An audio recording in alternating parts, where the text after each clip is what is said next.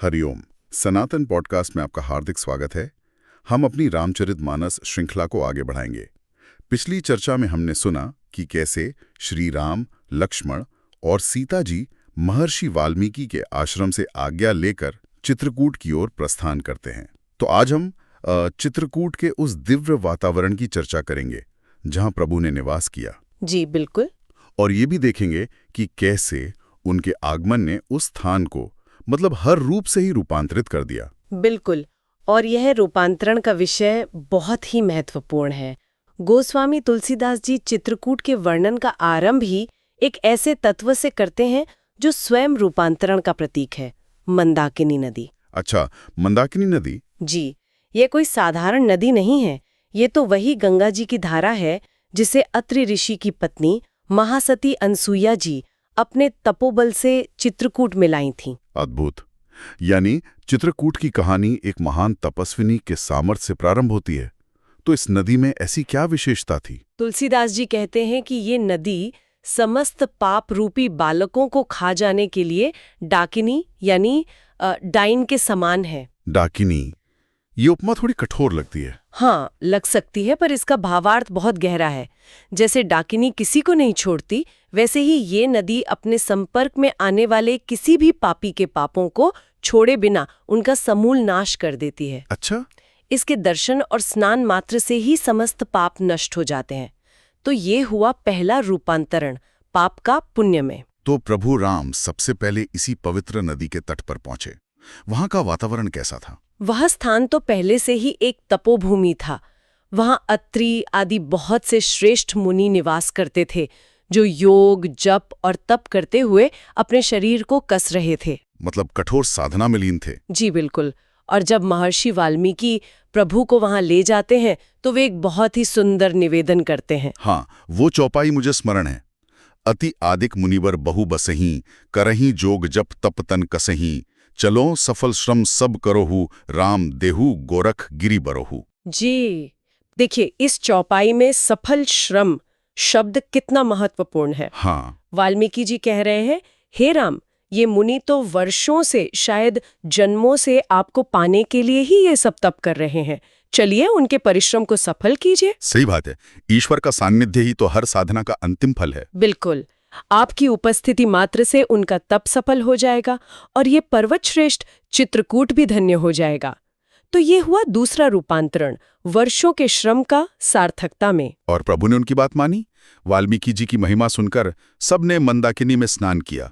चित्रकूट महिमा अमित कही महामुनि गाई, आई नहाए सरित बरसीय समेत दो भाई 132। जी। इसके बाद निश्चय ही उन्हें निवास के लिए एक स्थान की आवश्यकता पड़ी होगी। हाँ, श्री राम ने लक्ष्मण से कहा कि ये घाट बहुत सुंदर है, यहीं कहीं ठहरने की व्यवस्था करो। तब लक्ष्मण जी ने चारों ओर देखकर एक बहुत ही उपयुक्त स्थान चुना। अच्छा।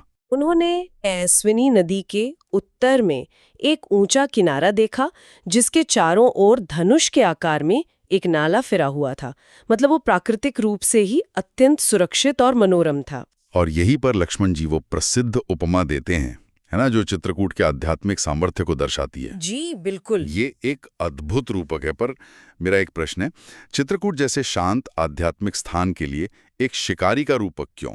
तुलसीदास जी इसके माध्यम से क्या कहना चाहते हैं? आपका प्रश्न बहुत सटीक है।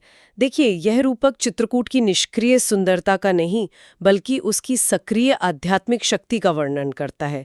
लक्ष्मण जी कहते हैं, नदी पनचर सर सम दम दाना, सकल कलुष कलि साउज नाना, चित्रकूट जनु अचल अहेरी, चुकई नघात मार मुठ भेरी। इसका अर्थ समझाइए, ये बहुत गहरा प्रतीत होता है। लक्ष्मण जी कहते हैं कि ये जो धनुष के आकार का नाला है, उसकी डोरी है मंदाकिनी नदी। अच्छा। शम मतलब मन का नियंत्रण, दम यानी इंद्रियों का नियंत्रण, और दान, ये 3 अचूक बाण हैं। और निशाना कौन है? निशाना है कलियुग के समस्त पाप जो हिंसक पशुओं के रूप में घूम रहे हैं। और शिकारी है स्वयं अचल चित्रकूट पर्वत। वाह। वो एक ऐसा शिकारी है जिसका निशाना कभी चूकता नहीं और जो सामने से वार करता है। अच्छा। अर्थात जो भी इस भूमि पर रहकर शम, दम और दान का पालन करेगा, चित्रकूट पर्वत उसके कलियुग के पापों का निश्चित रूप से संहार कर देगा। ये स्थान पापों से रक्षा करने वाला एक अजेय योद्धा है। ये तो अद्भुत व्याख्या है। ये सुनकर तो प्रभु राम निश्चय ही बहुत प्रसन्न हुए होंगे। अत्यंत। उन्हें वो स्थान बहुत प्रिय लगा। और जब देवताओं ने जाना कि प्रभु अब यहीं स्थायी रूप से निवास करेंगे, तो वो भी सेवा का अवसर नहीं छूटना चाहते थे। तो वे भी आ रहे? हाँ, वे भील और किरात का वेश धारण करके वहां आए। उन्होंने प्रभु के लिए कुटिया बनाई। ये भी रोचक है। देवता भील और किरात के वेश में क्यों आए? क्योंकि वे अपनी देव पहचान के अभिमान के साथ नहीं, बल्कि एक विनम्र सेवक के रूप में आना चाहते थे। ये प्रभु की लीला में सम्मिलित होने का उनका अपना ढंग था। अच्छा। उन्होंने दिव्य पत्तों और घासों से 2 ऐसी सुंदर कुटिया बनाई जिनका वर्णन करना असंभव है। वर्णन जाहे मंज द्विसाला, एक ललित लघु एक विशाला। और जब उस पर्णकुटी में प्रभु, माता सीता और लक्ष्मण जी सहित विराजमान हुए, तो तुलसीदास जी एक और सुंदर उपमा देते हैं। जी, वो दोहा? लखन जानकी सहित प्रभु राजत रुचिर निकेत, सोह मदन मुनि बेश जनु रति ऋतुराज समेत। 133। हाँ। वे कहते हैं कि वे ऐसे सुशोभित हो रहे हैं मानो स्वयं कामदेव मुनि का वेश धारण करके। कामदेव मुनि के वेश में जी। अपनी पत्नी रति और मित्र वसंत ऋतु के साथ विराजे हों। यहाँ देखिए, कामदेव जो भोग का प्रतीक है, वो भी प्रभु के सानिध्य में मुनि वेश में है। मतलब संयमित और सात्विक रूप में। बिल्कुल। ये भी एक रूपांतरण है भोग की वृत्ति का दिव्य प्रेम में। जब प्रभु ने चित्रकूट में निवास बना लिया, तो ये समाचार तो चारों ओर फैल गया होगा। जी। पहले देवता आए, फिर मुनिगण। अच्छा। देवता, नाग, किन्नर सब दर्शनों के लिए आए। उन्होंने राक्षसों द्वारा दिए जा रहे अपने दुखों का वर्णन किया और प्रभु से आश्वासन पाकर लौटे। फिर समाचार सुनकर आसपास के सभी मुनिगण आए। और प्रभु का व्यवहार देखिए। हाँ, प्रभु ने दंडवत प्रणाम किया और मुनियों ने उन्हें हृदय से लगाकर आशीर्वाद दिया। अब वे सब अपने अपने आश्रमों में निर्भय होकर योग, जप और यज्ञ करने लगे। क्योंकि अब उन्हें पता था कि उनके रक्षक स्वयं आ गए हैं। बिल्कुल। अब बात करते हैं वहां के मूल निवासियों की, कुल भीलों की। उनके जीवन में क्या परिवर्तन आया? उनके लिए तो ये कल्पना से भी परे था। जब उन्होंने सुना कि अयोध्या के राजकुमार उनके वन में रहने आए हैं, तो वे इतने हर्षित हुए मानो नवोनिधियों उनके घर ही पर आ गई हों। यहाँ नवोनिधियों का क्या अर्थ है? ये हम अक्सर सुनते हैं। ये एक महत्वपूर्ण सांस्कृतिक संदर्भ है। नवनिधि यानी 9 निधियां धन के देवता कुबेर के दिव्य खजाने हैं। अच्छा। पर ये केवल सोना चांदी जैसा भौतिक धन नहीं है। पद्म, महापद्म, शंख, मकर आदि ये निधियां हर प्रकार की भौतिक और आध्यात्मिक समृद्धि का प्रतीक है। तो उन वनवासियों के लिए श्री राम का दर्शन ही सबसे बड़ी संपदा थी। ब्रह्मांड की सबसे बड़ी संपदा। वे कंद, मूल, फल दोनों में भर भर कर ऐसे चले जैसे कोई दरिद्र व्यक्ति सोने का खजाना लूटने जा रहा हो। ये बहुत रोचक है। एक और मुनियों का वर्षों का तप, योग और ज्ञान है, और दूसरी ओर इन वनवासियों का सरल निश्चल प्रेम। जी। तो ग्रंथ इस पर क्या प्रकाश डालता है कि प्रभु को इन दोनों में से क्या अधिक प्रिय है? ग्रंथ बहुत स्पष्ट रूप से दिखाता है कि प्रभु के लिए भाव ही सब कुछ है। जब वे वनवासी प्रभु के समक्ष पहुंचे, तो अपनी भेंट आगे रखकर जुहार करते हैं और बस एकटक प्रभु को देखते रह जाते हैं। अच्छा। वे प्रेम में इतने मग्न हो गए कि मानो चित्र में लिखे हुए से जहां के तहां खड़े हैं। शरीर रोमांचित है, आंखों से प्रेम के आंसू बह रहे हैं। और प्रभु ने उनके इस निश्चल प्रेम को कैसे स्वीकार किया? श्री राम ने उनके हृदय के प्रेम को पहचान लिया और बहुत मीठे वचन कहकर सबका सम्मान किया। तब वे हाथ जोड़कर कहते हैं, अब हम नाथ सनाथ सब भय, देखी प्रभु पाए, भाग हमारे आगमनु राउर कोसल राय। 135। हे नाथ, आपके चरण देखकर आज हम अनाथ से सनाथ हो गए। ये हमारा सौभाग्य है कि आप यहाँ पधारें। जी। वे कहते हैं कि ये धरती, ये वन, ये पहाड़, ये पशु पक्षी सब धन्य हो गए जो आपको देख रहे हैं। फिर वे अपनी सेवा अर्पित करते हैं, कहते हैं, हम हर तरह से आपकी रक्षा करेंगे, सेवा करेंगे, हमें आज्ञा देने में संकोच न कीजिएगा। प्रभु ने उनके इन सरल निष्कपट वचनों को कैसे ग्रहण किया? यहीं पर तुलसीदास जी भक्ति का सार प्रस्तुत करती हैं। वे कहती हैं कि जो वेदों के लिए अगम्य है, जो बड़े बड़े मुनियों के मन में भी नहीं समाते, वे करुणा के सागर श्री राम उन भीलों के वचन ऐसे सुन रहे हैं। कैसे? बेद बचन मुनि मन अगम ते प्रभु करुणा ऐन बचन किरांथन के सुनत जिमि पितु बालक बैन 136। जैसे एक पिता अपने बालक के तोतले वचनों को सुनकर आनंदित होता है, वैसे ही प्रभु उनके सरल वचनों को सुन रहे थे। केवल प्रेम प्यारा है। ज्ञान, तप, यज्ञ ये सब साधन है, साध्य तो प्रेम ही है। बिल्कुल। प्रभु के आगमन ने केवल मनुष्यों और देवताओं को ही नहीं बल्कि ऐसा प्रतीत होता है कि पूरी प्रकृति को ही बदल दिया। यही तो सबसे बड़ा रूपांतरण है। जब से श्री राम वहां आकर रहे, वह वन मंगलदायक हो गया। वृक्षों पर बिना ऋतु के फल फूल लगने लगे, सुंदर लताएं तन गईं। वे वृक्ष ऐसे लगने लगे मानो देवताओं के नंदन वन को छोड़कर यहीं आ गए हों। जी। पक्षी मधुर कलरव करने लगे।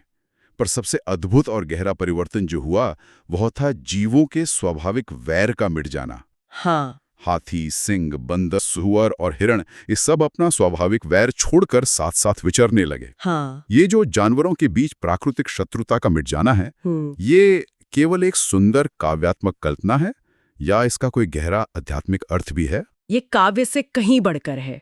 ये एक गहरा आध्यात्मिक सत्य है। ये दिखाता है कि राम की उपस्थिति केवल आशीर्वाद नहीं देती, वो सृष्टि के मूल नियमों को रीऑर्डर करती है, उसे पुनः स्थापित करती है। अच्छा। प्रकृति में ये जो संघर्ष और वैर है, ये सतयुग में नहीं था।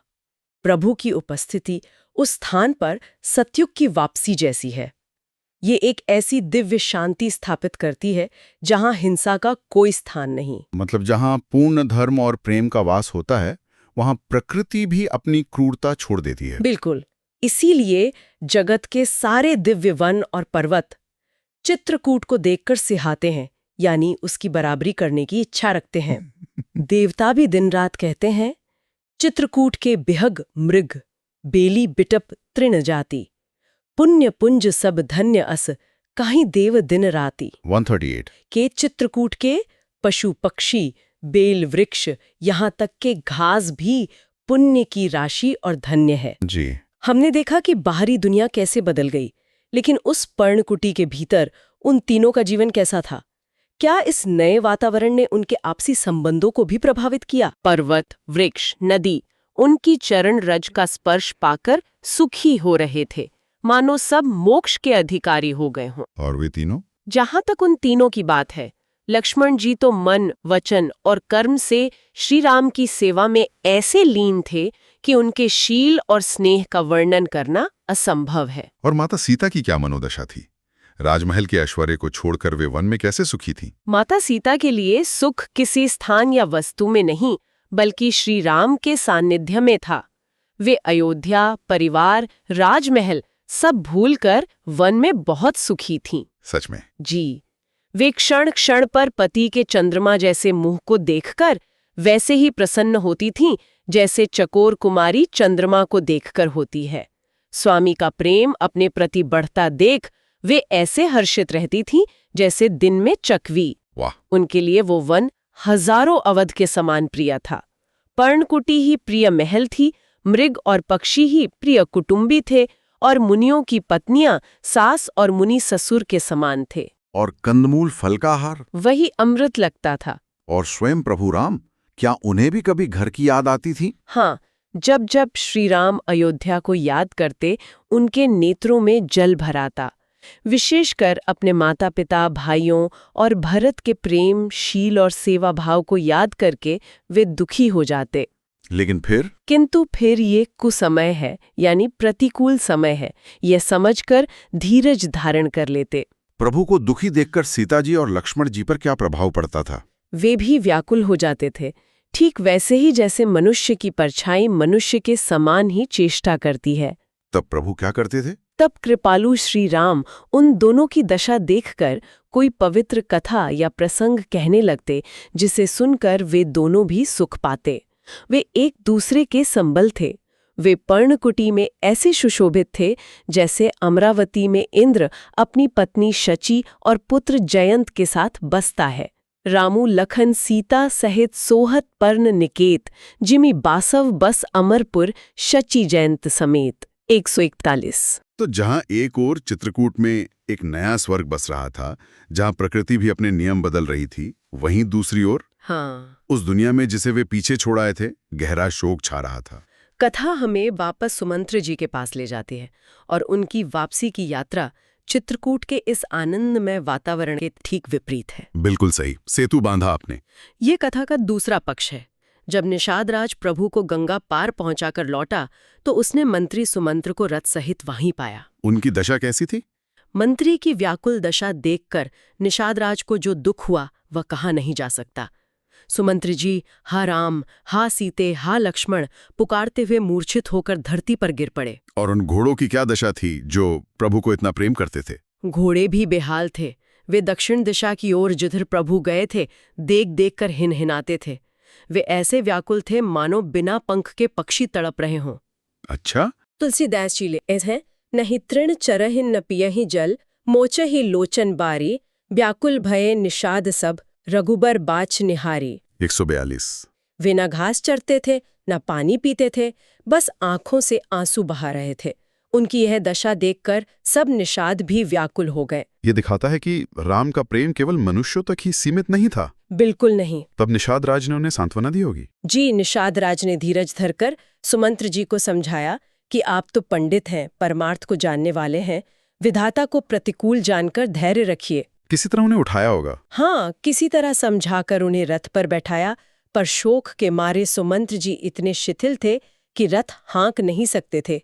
घोड़े भी विरह में तड़प रहे थे और ठीक से रास्ते पर नहीं चल रहे थे, मानो जंगली पशुओं को लाकर रथ में जोत दिया गया हो। ये दृश्य चित्रकूट के आनंद के एकदम विपरीत था। बिल्कुल। और ये दिखाता है कि राम की उपस्थिति जहां स्वर्ग है, वहीं उनका विरह असहनीय पीड़ा है। सही कहा आपने। आज की चर्चा से ये स्पष्ट है कि चित्रकूट का प्रसंग केवल एक यात्रा का वर्णन नहीं, बल्कि एक गहन आध्यात्मिक रूपांतरण की कथा है। निश्चित रूप से आज की चर्चा हमें ये सोचने पर विवश करती है कि ईश्वर की उपस्थिति केवल एक आशीर्वाद नहीं है। यह एक ऐसी परिवर्तनकारी शक्ति है जो सृष्टि के मूल नियमों को भी बदल सकती है। हाँ। यह वैर को प्रेम में, वर्षों के तप को एक क्षण में सार्थकता में और एक साधारण वन को वैकुंठ में बदल देती है। तो हमें ये विचार करना चाहिए कि क्या भक्ति केवल मोक्ष का साधन है, या यह इसी भौतिक जगत में उस दिव्य व्यवस्था को पुनः स्थापित करने की एक कुंजी है जहां कोई किसी का शत्रु नहीं होता। तो हमें आशा है कि आपको हमारी आज की चर्चा पसंद आई होगी। सनातन धर्म से संबंधित ऐसी ही और चर्चाओं के लिए हमारे चैनल को अवश्य सदस्यता लें। धन्यवाद। जय श्री राम।